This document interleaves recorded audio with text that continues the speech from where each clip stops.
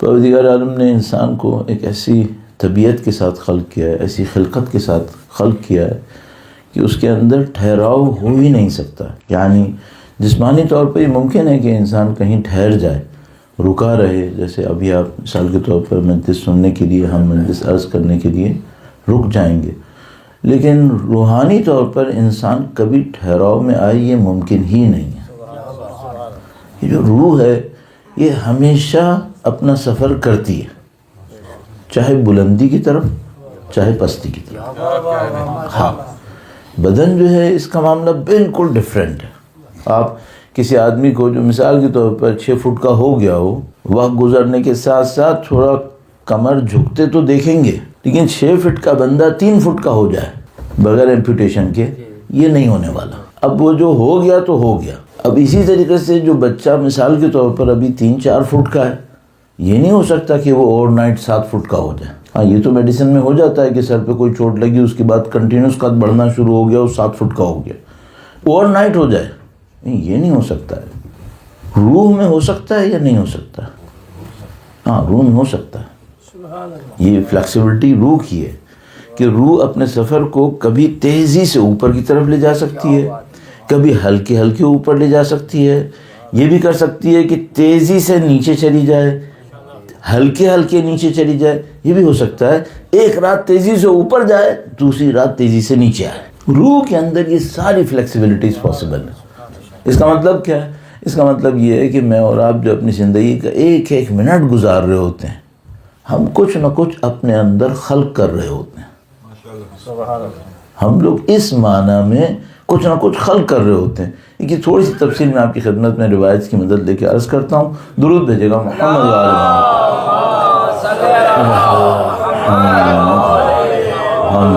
وعجل فرجہم. مشہور و معروف ایک روایت ہے جس میں نبی خدا جب معراج پہ تشریف لے گئے تو ایک خاص وقت پر انہوں نے ایک منظر دیکھا کہ جس میں کچھ فصلیں ہوتی تھیں جو لگتی تھیں، ان کے اندر ترقی ظاہر ہوتی تھی، کمال ظاہر ہوتا تھا. اچانک ان میں آگ لگ جاتی تھی، تباہ ہو جاتی تھیں. تو گویا نبی خدا نے، جیسا کہ حدیث معراج کے اندر یہ عادت ہے، جبرائیل سے پوچھا کہ جبرائیل یہ کیا ہو رہا ہے؟ فرمایا یہ آپ کی امت کے اعمال ہیں. یہ فصلیں کھڑی کرتے ہیں، بچا نہیں پاتے، یہ جلا دیتے ہیں، یہ جلا دیتے ہیں. اچھا، اب ظاہر ہے کہ یہ مسئلہ ہمیں مسلمان کے اندر دکھائی دے گا، جو کافر کے اندر تو نہیں دکھائی دے گا کہ وہ جنت میں فصلیں کھڑی کر رہا ہوگا. یہ کارنامہ تو ہم ہی کریں گے، وہ تو نہیں کر پائے گا. تو مثال کے طور پر یہ کارنامہ ہوگا کیسے؟ ہاں، یہ اس طریقے سے ہوگا کہ مثال کے طور پر میں اپنے اوپر رکھ لیتا ہوں، مولوی بدنام ہو اس طرح سب کو اچھا لگتا ہے. مثلا میں ایک مجلس پڑھوں، اس میں ایک عمل کروں، تو یہ میری فصل کھڑی ہوئی. بعد میں جا کے باہر جا کے شو ماروں میں نے پڑھی تھی، جلا بیٹھا، اب جلا دی. اب ایک اور فصل کھڑی کروں گا، جنگل بساؤں گا، پھر دوبارہ جلاؤں گا. تو بعض لوگوں کا 30-40 سال جو ایکٹیو لائف ہوتی ہے انسان کے پاس، اس کا نیٹ آؤٹ پٹ 0 ہو جاتا ہے، کیونکہ وہ بناتے رہتے ہیں، خراب کرتے رہتے ہیں. تو ہمیں یہاں پہ 2-3 بہت بڑے بڑے سوالوں کا سامنا کرنا پڑتا ہے. پہلا سوال تو یہ ہے کہ بھئی آپ فصل بناتے کیسے ہیں. نمبر دو یہ کہ فصل بچاتے کیسے ہیں. اور ان دونوں سے زیادہ اہم ایک اور سوال ہے، یہ کیسے پتہ چلے کہ فصل بچ گئی یا جل گئی. یہ سوال اہم ہے یا نہیں ہے؟ بہت اہم سوال ہے. کچھ عرض کرتا ہوں آپ کی خدمت میں. درود بھیجے گا محمد صلی علی محمد وآل محمد وعجل فرجہم. ہم لوگ جب قم میں ہوتے تھے تو وہاں پہ ایک جملہ مشہور تھا درس کے وقت کے لیے، جو تدریس ہوتی تھی اس کے اوقات کے لیے ایک جملہ مشہور تھا. میں جملہ دہراتا ہوں، علماء تشریف فرمائیں. تو جملہ یہ تھا کہ 7 بجے سے لے کے 11 بجے تک جو درس ہوتے ہیں ان میں استاد کو بھی پتہ ہوتا ہے وہ کیا فرما رہے ہیں، شاگردوں کو بھی پتہ ہوتا ہے وہ کیا سن رہے ہیں. 11 سے لے کے ظہر تک جو درس ہے، استاد کو تو پتہ ہوتا ہے کہ وہ کیا فرما رہے ہیں، شاگردوں میں سننے کا حوصلہ ختم ہو چکا ہوتا ہے. اور مشہور تھا کہ دوپہر کے کھانے کے بعد جو درس ہوتے ہیں ان میں کسی کو کچھ سمجھ میں نہیں آتا. قسمت سے یہ مجلس اسی ٹائم میں پڑ گئی ہے. میں جو محنت کر سکتا تھا وہ یہ کہ میں نے دوپہر کا کھانا نہیں کھایا.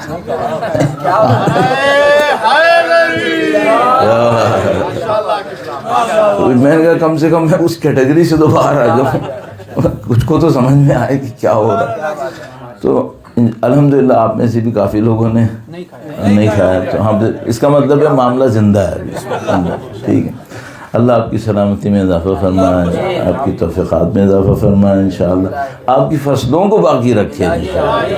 درود بھیجیں محمد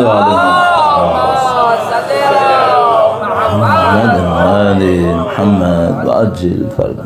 اچھا, فصلیں بنانے میں ایگریکلچر, جو روٹین میں ایگریکلچر ہوتی ہے اس کے مقابلے میں آخرت کی فصل بہت آسان ہے. روٹین میں جو ایگریکلچر ہوتی ہے وہ کافی ٹف ہوتی ہے. آپ میں سے کافی لوگ ان علاقوں کے ہیں پاکستان کے یا ہندوستان کے جہاں پہ ایگریکلچر ہوتی ہے, تو ظاہر ہے کہ آسان کام نہیں ہے.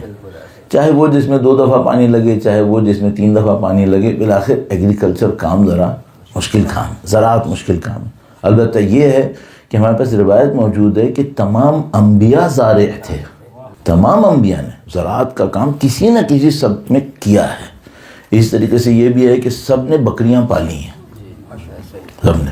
اب اس میں کوئی راز ہوگا کہ جو آج کا سسٹم ہے اس میں یہ دونوں انسان کی زندگی سے باہر ہے. کوئی نہ کوئی راز اس میں بھی ہوگا, لیکن بہرحال کچھ لوگ ہیں جو یہ کوشش کر رہے ہیں کہ نہیں تھوڑا سا پیچھے جائیں اور یہ دونوں کام کچھ نہ کچھ اپنے اندر رکھیں, اور میرے خیال میں یہ ضروری ہے. تو بہرحال تو جو زمین میں آپ ایگریکلچر کرتے ہیں, زراعت کرتے ہیں, وہ کافی ٹف ہوتی ہے. آخرت میں کھیت اگانا مشکل کام نہیں ہے, مشکل کام نہیں ہے. اللہ کے نبی نے ایک روایت ارشاد فرمائی صدقے کے بارے میں, صدقہ دو, جمعے کے دن دو, یہ کرو. تو ایک اللہ کا بندہ نبی کے پاس آیا, اس نے کہا اللہ کے نبی, یہ جو آپ نے ثواب بتایا صدقے کا, یہ تو سارا مالداروں کا ہو گیا, اپنے پلے کو پیسہ ہی نہیں ہے. تو یہ جو صدقہ ہے یہ تو آپ نے سارا مالداروں کا کر دیا, ہم غریب کہاں جائیں گے؟ اللہ کے نبی نے فرمایا گویا اس طرح کہ میں نے کب کہا کہ صدقہ صرف پیسوں کا ہوگا؟ میں نے کہا. انہوں نے فرمایا تم بچے کو مسکرا کے دیکھو, یہ بھی صدقہ ہے. بچے کو مسکرا کے دیکھو, یہ بھی صدقہ ہے. آسا میں نے خود روایت دیکھی ہے, تو موقع ملا تو سرچ کر کے آپ کو ریفرنس بھی دے دوں گا. روایت نے لکھا کہ تم جو کتے بلی کو کھانا ڈالو گے وہ بھی خدا صدقہ حساب کرے گا. نیت سے ڈالو, مخلوق کی مدد کے لیے ڈالو. تو مشہور ہے وہ پاکستان میں کہ وہ ایک بندہ خدا تھا, وہ کسی کے پاس گیا, کوئی بابا جی ٹائپ کا, اس سے پوچھا کہ میری فلاں رزق میں کمی آ رہی ہے. تو اس نے کہا صبح 40 پیٹ بھرا کرو. اس نے کہا بابا جی اتنا پیسہ ہوتا تو میں آپ کے پاس کیوں آتا کہ میں 40 پیٹ بھروں. تو اس نے کہا میں نے کب کا انسان کا بھروں, چڑیا کا بھر دو. ایک بندہ خدا مجھے ملا تھا ایک دفعہ پاکستان سے باہر, اس نے کہا مولانا میں نے اس پہ عمل کیا, مجھے بہت کچھ ملا. تو میں نے کہا وہ تو ملا ہو گیا, بتاؤ بھرا کیسے؟ کہنے کا میں ایک جگہ پہ جاتا ہوں, وہاں مچھلیاں ہوتی ہیں, تھوڑا سا ڈال دیتا ہوں, مچھلیوں کا پیٹ بھر دیتا ہوں, اس نیت سے کہ خدا تو نے کہا تھا 40 پیٹ بھر دے, میں نے بھر دی. تو یہ عجیب کہانی ہے. کام کرنا مشکل نہیں ہے, آپ صرف اتنا کر لیں, سونے سے پہلے وضو کر کے سو جائیں. اچھا وہ کسی نے کہا مولانا کیا فائدہ, جیسی میں پہلی نیند میں جاؤں گا میرا وضو ٹوٹ جائے گا. یہ تو اللہ کا کام ہے بھائی, میرا کام تھوڑی کہ میں دیکھوں وضو ٹوٹے گا باقی رہے گا. اللہ نے اس طرح چاہا ہے, تو جب وہ چاہتا ہے اس طرح, نہ اس طرح جیسے ہم نے چاہا ہے, اس پہ تو دھیلا بھی نہیں دے گا. وہ دے گا اس وقت جب آپ وہ کریں گے جو جس وقت اس نے چاہا. اپنی مرضی چلانے سے کچھ نہیں ہوگا, چاہے عبادت ہی کیوں نہ ہو. صحیح. اب اس کی ایک مثال عرض کرتا ہوں آپ کی خدمت میں. وہی کہ بھائی کسی نے مجھ سے کہا مولانا 5 وقت کی نمازیں واجب ہیں. میں نے کہا واجب ہیں. کہنے لگا اگر قضا ہو تو قضا بھی پڑھ سکتے ہیں. کہاں قضا بھی پڑھ سکتے ہیں, دین میں ہے. کہنے لگا اگر میں صبح 5 نمازوں پڑھ لوں اس میں کیا برائی ہے؟ ایڈوانس میں. میں کہا نہیں, اس میں ایک برائی ہے. خدا یہ نہیں چاہتا کہ تم ایک جھٹکے سے پیٹ بھر لو اور باقی 24 گھنٹے بھوکے بیٹھے رہو. تمہاری روح کو اللہ کے ذکر کی ضرورت ہے. ٹائملی ضرورت ہے، ٹائملی ضرورت ہے، اس ٹائم پہ ضرورت ہے۔ آپ کہیں میں کھٹی ساتھ پڑھوں، نہیں، کافی نہیں ہے، چاہے وہی ہو جو تھوڑی دیر کے بعد صحیح ہو جائے گی، نہیں، پہلے ٹائم ہونا چاہیے۔ 2 منٹ پہلے بھی پڑھو گے تو صحیح نہیں ہوگا۔ روزہ بھی ایسے ہی، جس ٹائم پہ وہ کہتا ہے کھولنے کا ٹائم ہے اسی وقت کھولنا ہے۔ اب بہت سارے لوگ یہ کہتے ہیں ہم کسی کے ساتھ اتحاد کے سلسلے میں 10 منٹ پہلے کھول لیتے ہیں، بھائی نہیں ہو سکتا ہے، یہ آپ کو اپنے ٹائم پہ کھولنا ہے، صحیح ہے؟ تو ثواب بنانا مشکل ہے؟ نہیں، ثواب بنانا مشکل نہیں ہے، بن جاتا ہے۔ بچانا آسان ہے؟ اصل مشکل ہے، اصل مشکل ہے۔ کیوں بھائی؟ جب بن گیا تو بنانا آسان تھا تو بچانا کیوں مشکل ہے؟ ہاں، بنانا اس لیے آسان تھا کہ جب بھی آپ کو عبادت کر رہے ہوں گے کہیں نہ کہیں آپ اپنی نفس کی مخالفت کر لیں گے۔ بچانا کیوں مشکل ہے؟ اب ایک دفعہ نہیں لڑنا ہے، مستقل لڑنا ہے، اب مستقل لڑنا ہے۔ ہاں، کیوں؟ ایک دفعہ ریاکاری بھی تباہ کرنے کے لیے کافی ہے، اس لیے یہ کام مشکل ہے۔ اب جب آپ کو مجھے موقع ملے کہ اس کو تباہ کریں نہ کریں، تب بچے گا، تب بچے گا۔ تو بچانا بہت مشکل کام ہے۔ کہیں نہ کہیں کوئی انسان کر دیتا ہے، اور بات بہت سلیقے سے کرتے ہیں، یعنی بعض لوگ ہوتے ہیں تباہ کرتے ہیں برے طریقے سے، بعض لوگ ہوتے ہیں بڑے سلیقے سے تباہ کرتے ہیں۔ تو مثلا باتوں باتوں میں کہے گا یہ حقیر کا کام ہے، لیکن یہ جو آپ نے فریز بنایا ہے یہ اس کو تباہ کرنے سے بچا نہیں پائے گا۔ ہاں، فریز تو آپ نے اچھا بنا لیا لیکن یہ بچا نہیں پائے گا، یہ حقیر نے اپنا کام حقارت میں ڈال دیا ہے۔ ہاں، بہت ہوشیاری کی ضرورت ہے کہ آدمی کوئی غلط کام نہ کرے۔